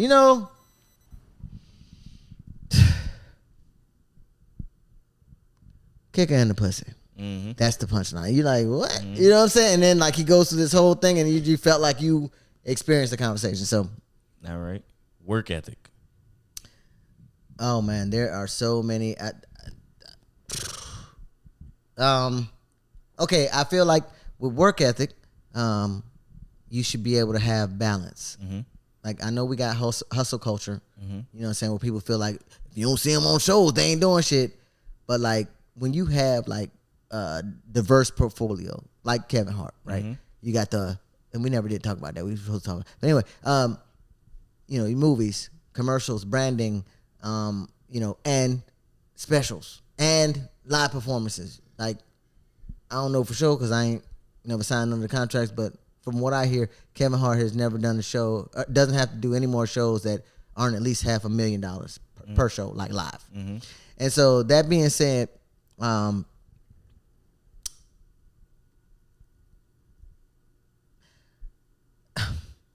would have to give it to either Kevin Hart or one of these road comics, like old school style road comics, like Hope Flood, Thea Vidal, Lunel. They always Eddie Griffin always booked somewhere, some more. These people look like they do this stuff on TV, but they money probably come in brown paper bag, cash money every fucking weekend. So give me one. Who you choosing out of the people you name? So either Kevin or there's oh man. I can't name just one road comic. I ain't gonna hold you. What about Ali Sadiq? Oh, that dude. He works a lot. I know.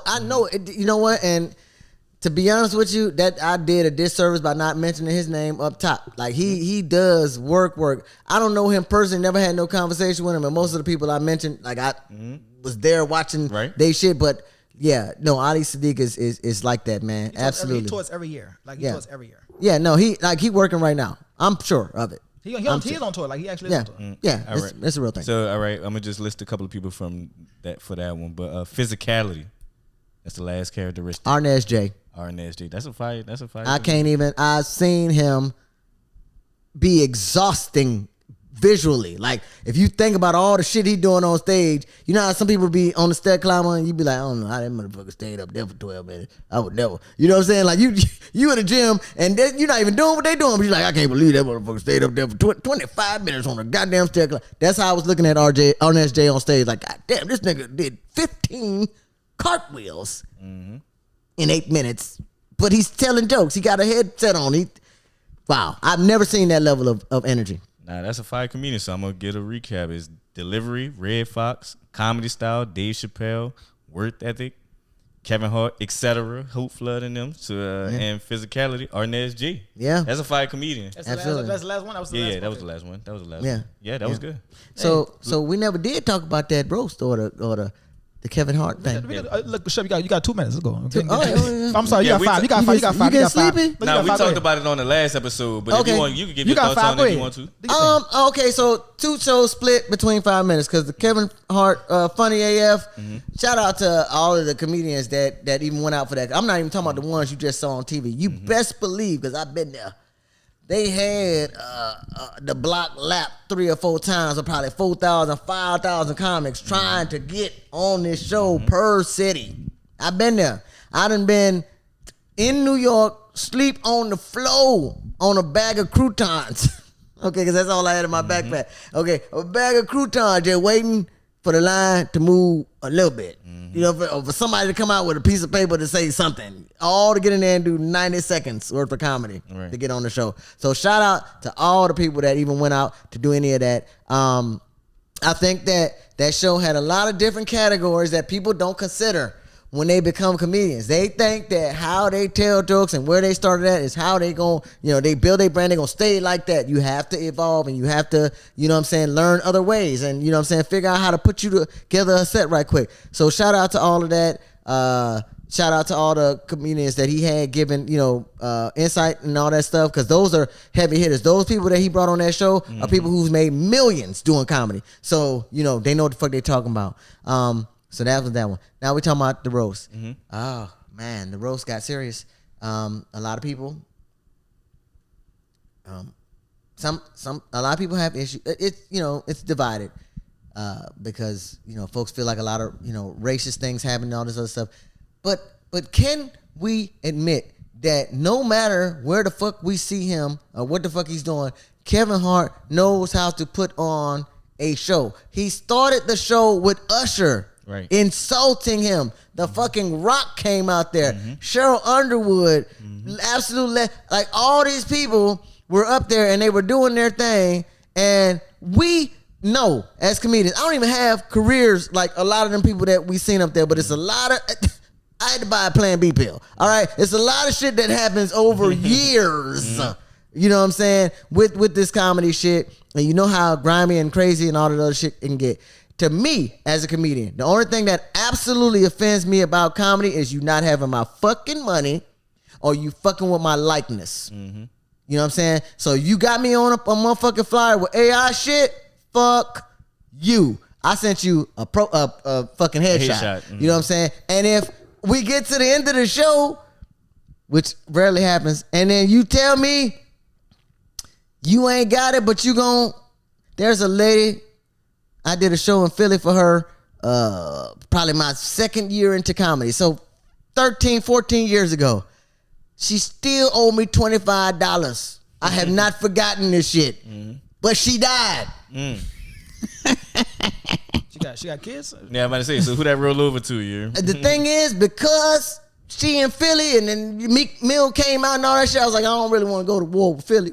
You know what I'm saying? I don't really even know where I would be at. I don't even know if I was in West Philly or North Philly when the shit happened. I'm going to let the shit go, like, as far as physically, but in my mind, bitch. You know what I'm saying? Like, fuck you, dog. So anyway, so that's the only two things that can really, because I've had comedians come on stage and be racist and be rapists and be pedophiles and all it, and talk about the community, the many letter community. I don't give a fuck what you doing as long as it was in a joke. Because we all got our shit. There are, white people might not understand how hard it is to melt government cheese. You talking from a place of being black. Those people are talking from their places. And I do believe, and this the end note for that roast, I believe that was the setting. I think that they told them ahead of time, you know what I'm saying? Like, you can be as racist as you want. You can do, oh, damn.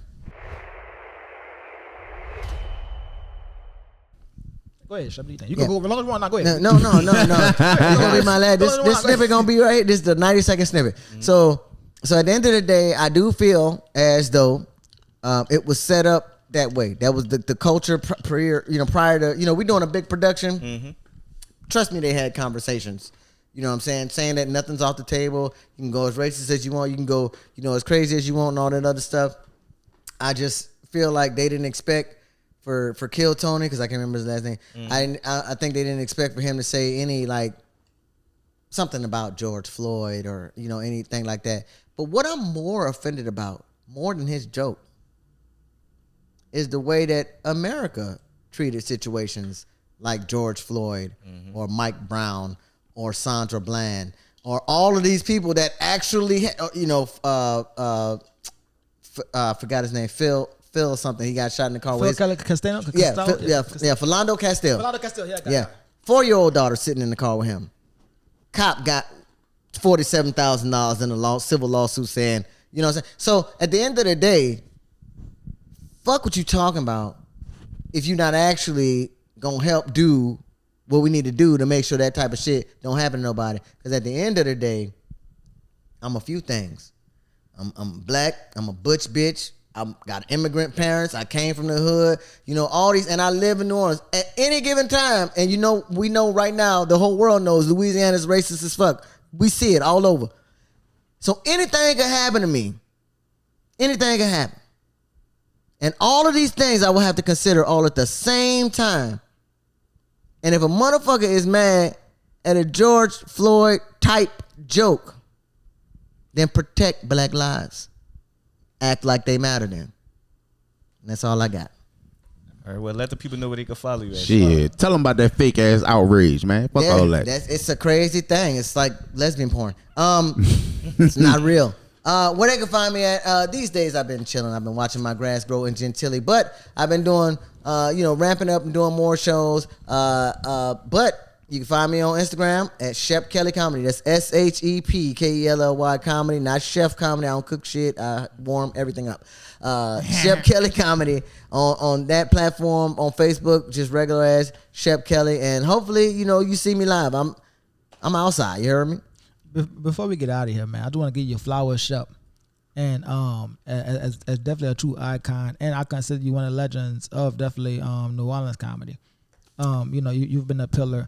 There's this is a story people tell out in New York about Patrice O'Neal and how he would heckle comics, and it was basically that was everybody's like learning curve, introduction. It built you as a comic. And when I first came back down here in 2023. I would see Shep at shows. Every time I went on stage, Shep inconvenienced herself to heckle me at these shows.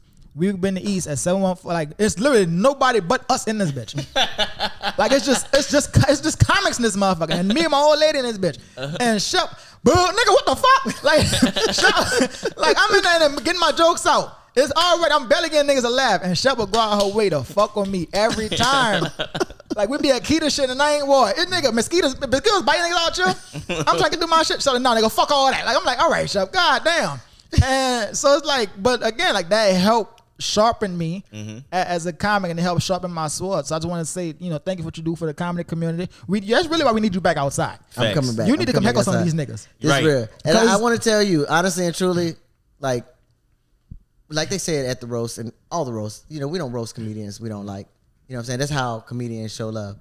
And especially if a comedian doesn't actually know you and they're giving you a hard time, that means they see something in you. Now, some people see you about to take their spot. So it's like, fuck him. I'm going to fuck him over so he can't get in my spot. And then some people see, like, I can respect where he coming from and like his his delivery. I see what he doing, even though he's young in comedy, we'll say, or young in or getting back to it or whatever the case may be. I see it already, and it's. I'm gonna give you your flowers, man, because at the end of the day, it's really like that. And I'm telling you, I done fucked with you and you in the same way, but I don't fuck with everybody because I believe in all three of you niggas for real. All three of you, y'all have all shown me some glimmer of, oh, this motherfucker's on to something. And that's good. You know what I'm saying? So let's, you know what I'm saying? And that's how we show love. It's terrible, like when you just put it like in front of like civilians, like, so regular people. Yeah, if you gave a fuck, then why'd you treat him like you don't understand. This is how it's like sibling rivalry. You know what I'm saying? I'm gonna fuck with your nerves, but nobody out there better not fuck with you. You know what I'm saying? And so, and I do think that it makes you a better comedian, because you best believe I started comedy in DC, baby. Woo. And when I tell you, them motherfuckers are so goddamn pretentious and hood and all kind of shit, they don't give a fuck. There was never no security. People had guns and all that shit sitting in the audience like, I said you wasn't funny, bitch. You know what I'm saying? It's like, okay, all right, well, fine. I'm going to do something else. I'm going to do white comedy for 2 weeks. I'll come back.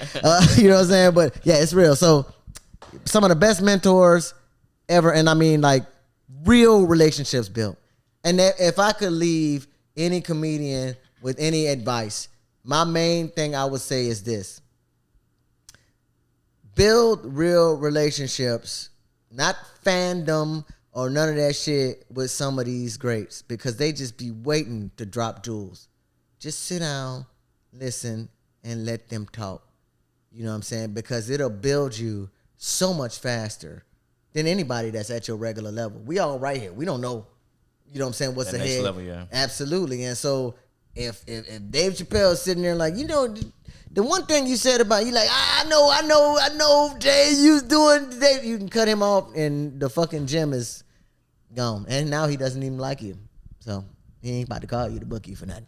So Yeah, shout out DC Paul and Isaac Cozell, man. We miss High Ho again. We maybe all the rooms that built the real comedians, man, are leaving and gone. And you know, a lot doesn't. There are people who don't comedy don't even know who Shep is, and that's a shame. I ain't mad at it because they gerrymandered our comedy scene. All right, no, it's like I just learned that word, gerrymander. I'm actually gonna write a joke about that. I feel like gerrymander is the white version of nigger rig. You can't exactly tell me what no. it is. That's what I'm saying. Like I'm like, why the fuck didn't we come up with that? Like I want to be a gerrymanderer, but I want it to mean nigger rig, and I don't want it to be the bullshit. I want to tell a bitch like, what the fuck is wrong with your TV? Did you gerrymander this TV on the wall? Some words just fun to say. But yeah, Shep, you're always welcome to whatever show I'm producing. I'm sure the same. Definitely. Whatever show we're producing, man, whatever show we have going on. Next week we got 2 back to back. Really? So you're more than welcome to come on out there and see what's going on. I'm down with it. I'm down with it, and I appreciate no matter what, Harry gonna treat me like a lady. No matter what, I did his show last time in the East, and when I tell you they had some old niggas, let me tell you something. Like I said, I'm an original gay, and then they got old people who never gonna understand. Like you gonna always be like, if you see a same sex couple, they're gonna be like that's their little friend. Like they're not gonna ever, you know what I'm saying, really respect. We had some old people in there, and one of them was like, I'm not with that gay shit. Like first of all, this nigga has a trick hip. Like you ain't with no shit. You know what I'm saying? But Harry came on that stage, he was like, we will not stand for the disrespect to anyone on my shows. And I was like, nah, he don't scare me. I'm okay. Everything is fine. But no, for real, I appreciate that, man. Just really. I appreciate you for being a guest on the pod. We really love you and your shoulders. it. We love you and your shoulders. Me and Shep got the same hands. It's Hey, crazy. I'm trying. It's a real thing. But what probably about joke. your forearms do? What them forearms do? No, it's Hey, fake. man. That's how you want Nigga has that mo with that dick I dude. use my forearms. I use my forearms to be the real meat. I be the real meat with these forearms. One I ain't cut. never look at my forms the That's same. great. And now you ain't gonna never be able to unsee it. Yeah, no, Like right. you gonna be driving. You put your head up on the steering wheel. You gonna be like, Shep, you ask me what the dick do? That's crazy. it do move like that's it do, and I could see how. I'm telling you, gonna be. Yeah, you fucked it up. But we could be here all day. All right, yeah, go ahead, you think. This has been another episode of Let's Talk Ball. I've been one of your hosts, Troy Duchesne. I've been Sean Favorite, your favorite comic. Jermaine Darius, that was so nefarious, man. And Y'all once know again, the one and only Shep Kelly. This has been another episode of Let's Talk Ball. We'll see y'all next time. If you know ball, let's talk ball. And if Hey. you do not know ball, shut the ever fuck up, man. Come on, let's go. Hey, You heard me? And we out. yeah. If you know ball, let's talk ball.